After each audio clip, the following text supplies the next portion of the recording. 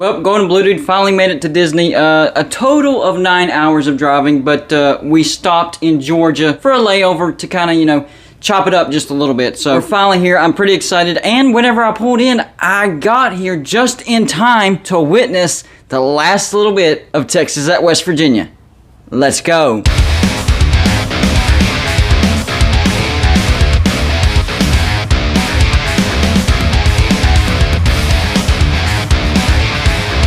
Hey, what's going on, everybody? It's me again, Golden Blue Dude. Hey, if you haven't already, go ahead and hit the like and subscribe button. This channel is home of at least one college football video every single day. Yes, even when I'm on vacation at Disney with my family. Of course, I'm going to have some quality family time. I'm going to have some fun. I'm going to have some Thanksgiving, but I'm going to keep the videos pumping every single day. Never a break. So, today, great start to the day so far. West Virginia does indeed beat Texas, and I'm wearing my Horns Down shirt. You have to. This is Horns Down week. It's not just Horns Down day. It's Horns Down week. The week we play Texas, I designate the entire week for Horns Down. Because you only get that one opportunity every single year to play Texas.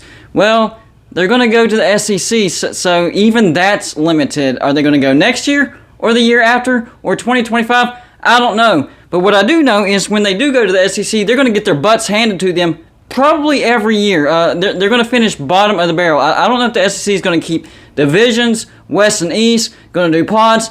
Don't know, don't care. All I know, Texas is going to suck. And West Virginia beating Texas that's always a great feeling. I love it. But trust me, that does not mean that West Virginia is any good. That's not what I'm saying. But it is nice to beat Texas. But man, Texas, y'all suck this year. Y'all are bad. I almost feel bad for y'all going to the SEC because I know the spankings are coming. But you know what? You made your own bed and you're going to have to lay in it. So, when I think about it, no, I don't feel sorry for you. Anyways, let's get to today's game.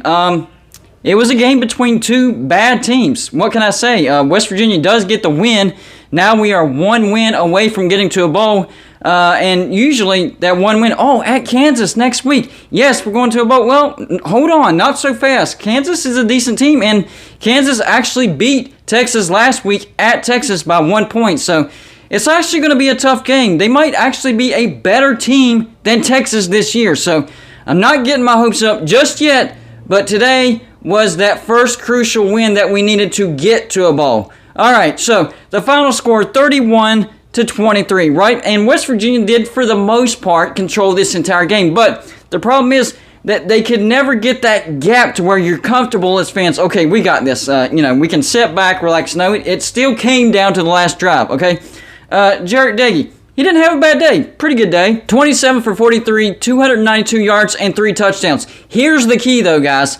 Leddie Brown, 33 carries, 158 yards, and 1 touchdown. West Virginia is 4-0 when Leddie Brown goes over 100 yards. That's the key. Our Achilles heel this year has been the running game.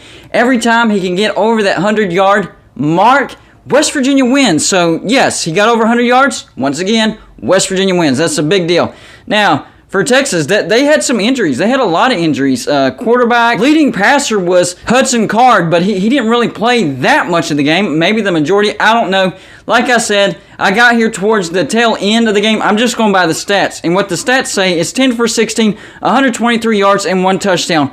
Problem is, one of those passes, a 52-yard touchdown pass. Now, Texas rushing game. Keilan Robinson was their running back today. 9 carries for 111 yards and 1 touchdown. And of course, one of those plays, a chunk play, a 49-yard touchdown run. So 2 chunk plays is what kept Texas in this game. West Virginia has got to stop giving up explosive plays. Hey, if we don't give up those 2 explosive plays, this is a blowout. A blowout.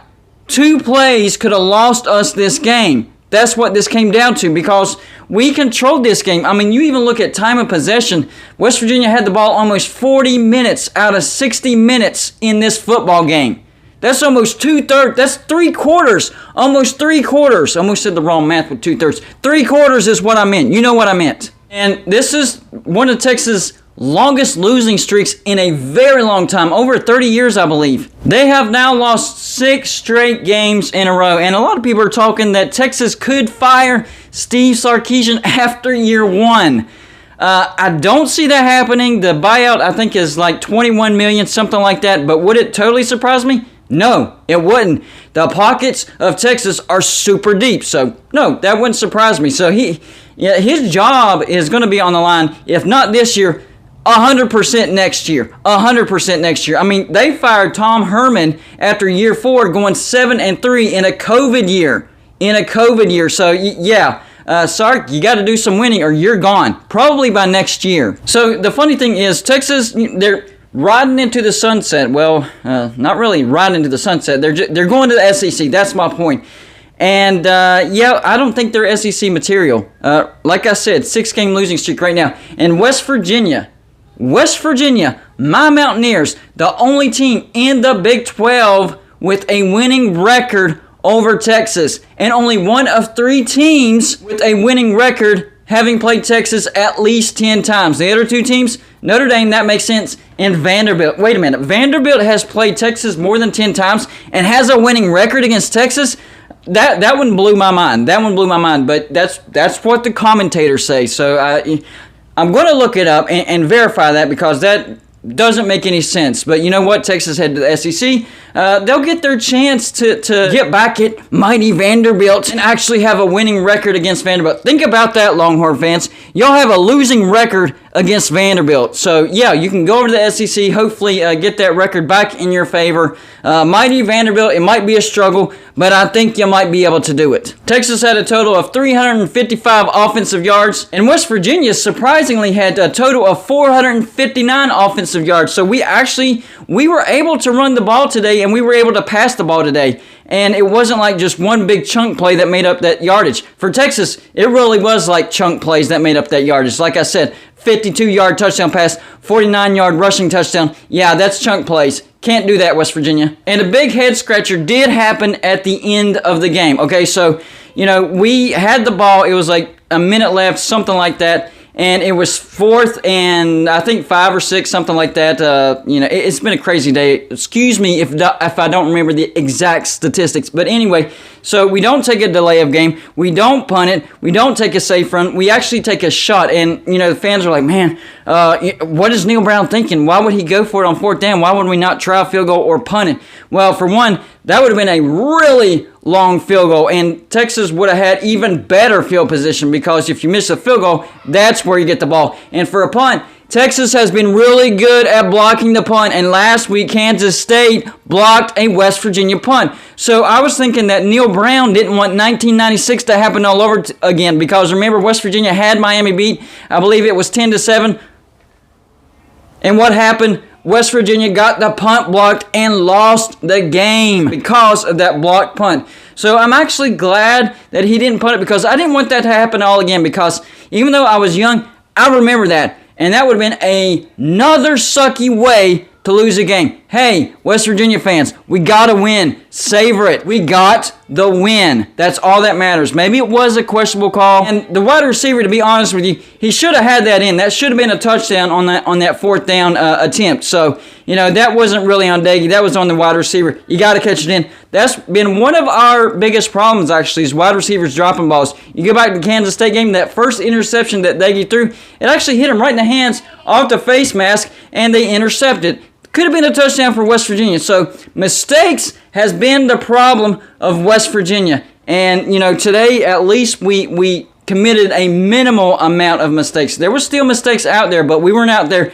headbutting the quarterback and, causing deflections to where the opponents were going to, intercept or recover a fumble, whatever the case may be. And if you look at today's game, no turnovers for West Virginia. No turnovers. When West Virginia doesn't commit a turnover, we have a really good shot at winning a football game. And you combine that in with Luddy Brown going over 100 yards, yeah, that's a solid win. But we should have been able to stretch the game more. I will say that at halftime we were up 21-10. We were actually up 21-7 at one point. We were never to stretch it to where we were comfortable about, being able to just run some clock. We never got to that point because we gave up chunk plays at the stupidest times. So next week, Kansas, Lawrence, Kansas, West Virginia, you got to show up and beat the Jayhawks to get to a ball, because Kansas is not a gimme win. That is not a gimme win. So we're going to have to show up, mistake-free football, and Letty Brown get over 100 yards because that will equal a win. Before today's game, I actually said I was more nervous about Kansas than Texas, and people are like, oh, you're crazy going blue. Dude. Texas is going to beat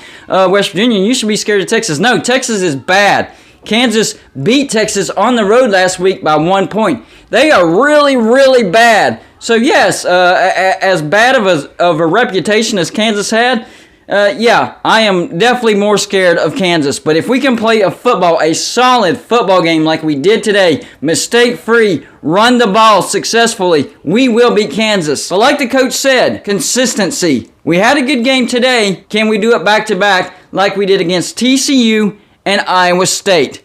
I think we can because we've been a streaky team. We had a 3-game losing streak, then a 2-game winning streak, then another 2-game losing streak, and I think we'll finish the season on a 2-game winning streak. So this season will be a season of streaks. I think we'll beat Kansas, but we'll see. I am kind of nervous, not going to lie. Anyways, I'm going to get off here, guys. Hope you enjoyed the video. That's all I got for you for this show. Like and subscribe if you haven't already. And I'll see you on my next show.